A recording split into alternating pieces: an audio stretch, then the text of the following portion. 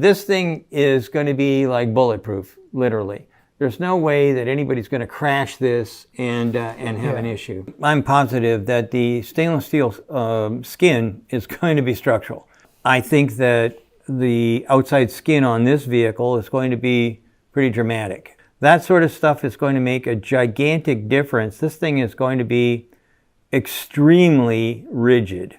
And then you can see through, showing that the battery will be structural. Well, and it also, from a assembly standpoint, they're probably going to also bring in the seats, the carpet, the body harnesses, and everything else up from the bottom and bring it in just like they did on the Model Y, which was like brilliant. And it's extremely successful for them to, from a cost standpoint on the factory floor, get rid of a ton of different stations on the main assembly line. And that's what really costs you, is the main assembly line is also always a problem. We have quite a few of these things on order. We have like 5, I think. And I'm told that some of the guys who've got early Tesla Cybertrucks that are coming in, they want to see it torn apart. And maybe I can, get down on my hands and knees and kiss rings or whatever I need to do. I'm going to do it so we can get in an early build of it. こんにちは。テスラ全力チャンネルのタイツです。今回は今年から生産開始されるサイバートラックについて知らない人も多いと思いますので、改めてその全容を解説しようと思います。サイバートラックのことを単なるピックアップトラックの形をした EV だと思っている方は、今回の動画でその認識を改めることになると思います。先日もこのようにギガプレスに関してご意見をいただきましたが、多くの方がこのサイバートラックに対する評価を見誤っている可能性があります。米国で最も人気の車種であるピックアップトラックをテスラの製品ラインナップに加えるからには、並大抵の性能では市場に出すことはありえません。今回は技術者でもあって EV を長年研究しているサンディ・ムンロ氏が語ったサイバートラック論をご紹介したいと思います。Which gets us to the next thing. We're staring right at it. Yeah, that thermal system. Most likely a liquid-cooled condenser right there, or a chiller. The line configuration is similar to a Model 3, a Model Y, and a Model S, but this shape right here is the rubber lines to account for the vibration of the high voltage AC compressor, but you can't see it except for this tiny piece of aluminum right here. So I think, Sandy, I don't know what you think here. I think it's mounted sideways back here because you can see it turns back to aluminum here. So you'd have aluminum line running to the compressor. This is for vibration, and then back into the aluminum lines running into the thermal system. I think the configuration is different because I see a chiller or liquid-cooled condenser. And it looks like another chiller or liquid-cooled condenser there. And this to me looks like a bottle. Of some sort, yeah. What I don't see is this is not identical to what we've seen in the Y and the S and the 3 and everything else out there. This has been put together a little bit differently than anything we've seen before. And it could be because it's a bigger product and it's going to have a bigger, or say a higher duty cycle. テスラは私たち投資家からすると毎回の好調な決算でやや忘れられがちなんですが、エンジニア視点では最高の技術力を持ったメーカーでもあります。そしてサイバートラックはそんなテスラが製造技術の粋を集めて開発した最高のプロダクトなのです。テスラはこれまでの主流だった多くの部品を組み立てるという方法を思い切って廃止して、ギガプレスで成形して製造するというそれまでの自動車開発とは全く異なる視点で生産ラインを刷新してきました。サイバートラックについてもこれまでの常識と思われてきた既存の自動車作りを根本から覆していっているのです。Okay, so let's have a look at this the way it is right now. Okay, so you can see the giga castings are here. And then you can see up here, there's some other parts. These parts are what you'd normally see in a conventional build, and this would be what they call the body in black. In other words, the body in white is what you see on the outside. The body in black is hidden, and right in here, you're looking at this piece right here. That's the A pillar. That's where your door is going to hook onto. This is where you've got crashworthiness issues. You have it in here. You got the roof tie coming up. to the B pillar right here. Now, this is telling me that this has an inner framework that it would be basically the body inner. And so consequently, we're looking at something that is not the same as what I was hoping to see. What I was hoping to see was a true example of an exoskeleton. Now, why did they do that? My guess is rollover, crash, crash worthiness, and all kinds of other things. And the reason for that is right here. This is, without a question of a doubt, I don't even need to see the a closer picture. This is going to be boron steel, hot stamped steel, I should say. So ultra high strength, most likely. Yeah, ultra high strength, and I can see here that there's weld marks, and here there's. So this thing is going to be like bulletproof, literally. There's no way that anybody's going to crash this and have an issue. サンディ・ムンロ氏の解説からもわかる通り、サイバートラックは非常に頑丈に作られていることがわかります。車体は 9mm のフルメタルジャケットの弾丸に対しても防弾性能を持ってガラスも強化防弾仕様という物々しさはありますが、スペック次第では安全性の観点からも高い評価を得ていて、銃社会である米国において要人警護などにも使われる可能性があります。構造自体が特殊な形状になっているので衝突耐性があるというのは大事な家族を守る観点で多少高くても売れやすいというマーケティング的な優位性も併せ持ちます。But at this point, there's no stainless steel here. No. There's no exterior. Yet if you put the suspension on this, put a battery in it, the motors in it, put the seats in it, you could probably drive around I'm sure you could. just fine. Well, as long as the software would let you do it. But from a drivability standpoint, this thing is rugged all by itself right now. So this is a very sensitive part of the car. From a crashworthiness standpoint, this is where I would over-design if it was up to me. And the reason for that is because I want to pass SORB, and Corey just talked about that. I definitely want to make sure that the occupants are taken care of. So when this gets crushed, there's going to be crushed cans out here that'll protect it to some degree. The SORB, we don't know the strategy yet, but my guess is that it is going to shoot the wheel out of the wheel well and wherever it wants to go. But the wheel wells are quite large, so that would be probably the right thing to do. And then over here, this is your first line of defense. I don't want the door popping open. So my A pillar and my B pillar, that's where the hinges are. And I want to make sure that when there's a crash, this is going to be definitely the most rigid thing that I could possibly imagine. Now, I was, like I say, hoping for something a little bit different, but at the end of the day, this could be why it took so long to get the Cybertruck into the marketplace. It just didn't work quite as well as they were hoping for. So in essence, they had to go back to plan B. So you have the huge casting in the front, which is very similar to the Model Y in that it encapsulates both wheel wells all the way out to where the crush can is, and then it does continue along to the left and right side. So it's one casting for the front. You've seen those castings in pictures of drones at Tesla, at Tesla's factory. But the rear, the cross-car section here, in another image that we looked at, showed a stamped welded assembly. And I can pull that picture up, but it looks like you have two large castings, one on the left and one on the right, that make this kind of X shape. I do believe that the rear structure here, the outer stainless steel shell or exterior, will tie in some of this structure to kind of box it out. But this is a significant casting which can carry its own load from the back of the C pillar down into the shock tower. So see that, Sandy, right there? Yeah, right. And then it's coming out and connecting to the point which with that. シグニフィキャントキャスティングという言葉が繰り返されています。テスラの車体フレームは大きなパーツをギガプレスで圧縮してかたどっているのですが、構造そのものも特殊な方法をとっていることで乗っている人の安全性をより高めることに成功しているのです。I'm positive that the stainless steel skin is going to be structural. Elon made a lot of predictions on that, and quite frankly, I think that the outside skin on this vehicle is going to be pretty dramatic. I believe that the tie-in between the structure you can't see, the black metal, and that would include the castings, and the outside skin, and we can call that body in white.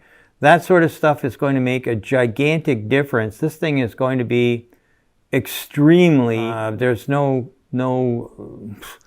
question about it. This is going to be an extremely rigid product. サイバートラックの極端な頑丈さが何度も強調されていますが、車においてそこまでの強度が必要なのか疑問に思われる方もいるかもしれません。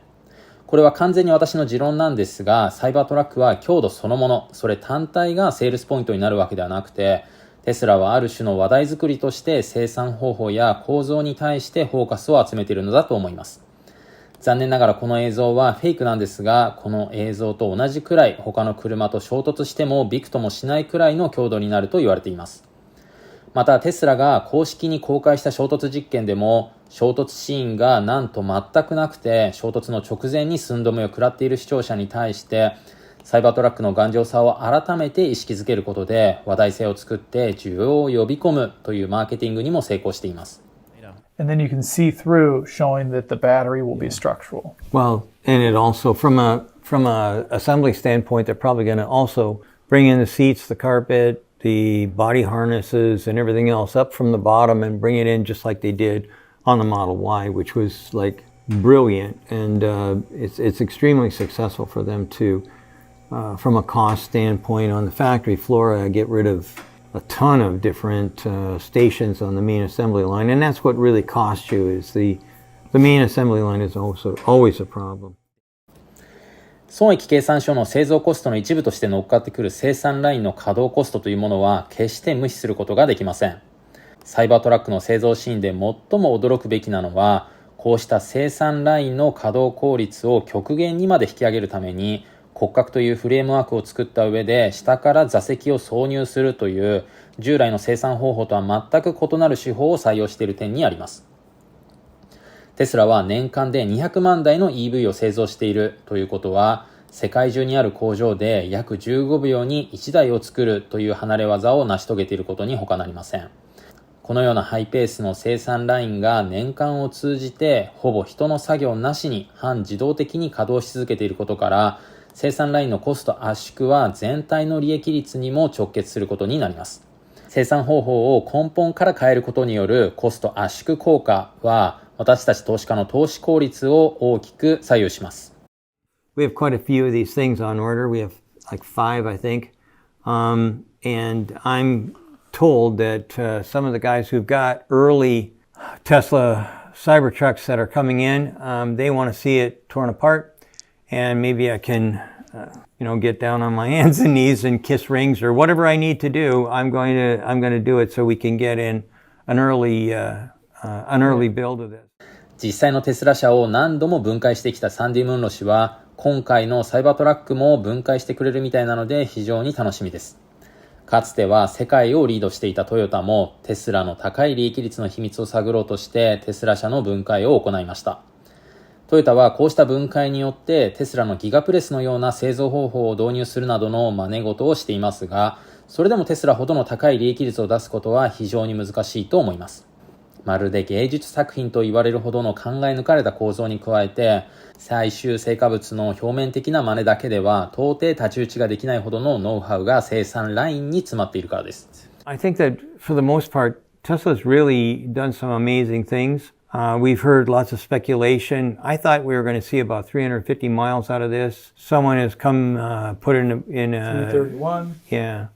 And I thought this was going to be, I was hoping that this would be about 3 tons, but it sounds like it may be closer to 4, which it is what it is. So I guess that the vehicles will weigh no less than 6,000 pounds for tax purposes. Right. Because you got to be over 6,000 pounds Right. to qualify. So that's 3 tons. 3 tons. But I'm thinking it'll land right around 6,800 pounds because the Rivian is over 7,000. The Hummer is like 9,000. That's ridiculous. But those are both Almost 10. body-on-frame vehicles. So you not only have a body, then you have a frame, then you have the suspension. And the Rivian even has cradles. So this will be much more efficient in that you have the gigacasting in the front, the 2 gigacastings in the side of the rear. You have no frame. You don't have all those mating interfaces. You also have an efficient structural battery pack. So I think we'll see a battery pack that is similar to the Model Y 4680 pack, but even advanced a little bit. Well, they're calling it the new Cyber cells. Yeah. Well, I think the cyber cell refers to the improved watt hours per kilogram. I'm wondering if it's the dry cell that we saw when we went through the factory. I'm wondering if the dry anode is what calls it the cyber cell. I know they're working on it. Yeah. Well, they showed it to us. I mean, we were there when was that? March. So I knew it in a minute. So that at the end of the day, that is probably that may be what they're thinking. And I just thought of that just now.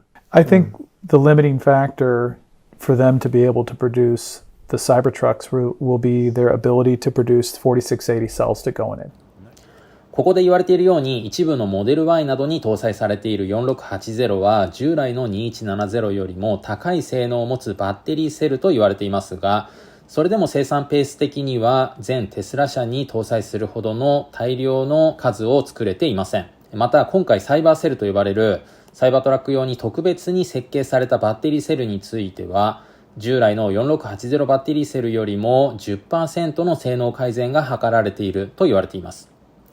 上級副社長のドリュー・バグリーノ氏によれば、今回のサイバーセルについては構造的な設計改善を図ったものの、化学的なプロセスの改善を行ったわけではないといった発言から、おそらく全固体電池のような完全な電解液を排除したものではないと考えられます。Right now, when we were in Berlin and we were in Texas, every single Model Y that I saw actively being put together had a 2170 cell pack. They all had the old packs. I never once with my own eyes saw a structural battery pack go in. They've shown it. We own one. We tore one down. They exist, but they're kind of like unicorns right now. And they just announced like a couple months ago that they finally made 10 million 4680 cells in the Texas factory. And 10 million divided by about 1,000 cells per vehicle is how many vehicles? Oh, that would be 10,000 vehicles. So 10,000 vehicles is not a heck of a lot. I think that probably they're cranking up so that they can launch this and have 4680s in all of them. You'll need probably twice as many cells for a Cybertruck. Wow. You're going to need, they had about 830 or whatever in a Model Y. You'll need 1,600 to 2,000 cells in a Cybertruck to give it a decent amount of range. Well, the thing that we've heard several different numbers as to how many kilowatt hours are in this. I've said this about a dozen times. I think the Rivian, the Lightning, and the Cybertruck are not competing for the same people. I think that the Lightning is a product that's made for construction workers. I think that this is made for the outdoors kind of guy that is going to be taking tents and whatnot. He's going to go camping and whatever with this. And the Rivian is probably the best, I think, home truck, if you like. I don't think I'd want to use it like I would a F-150 or a Cybertruck. But I know one thing for sure. My wife thinks that this is the best vehicle she's ever had in her whole life. サイバートラックについてはどういうユーザーが対象なのかといったいわゆるペルソナ像がいまいち見えてこない部分があります。しかし Apple が発表した初期の iPhone は誰も使ったことがなくて想像すらできなかった電話のような多機能端末であったことから全く新しい製品というものは主要なペルソナを作らずに市場に溶かされるものでもあります。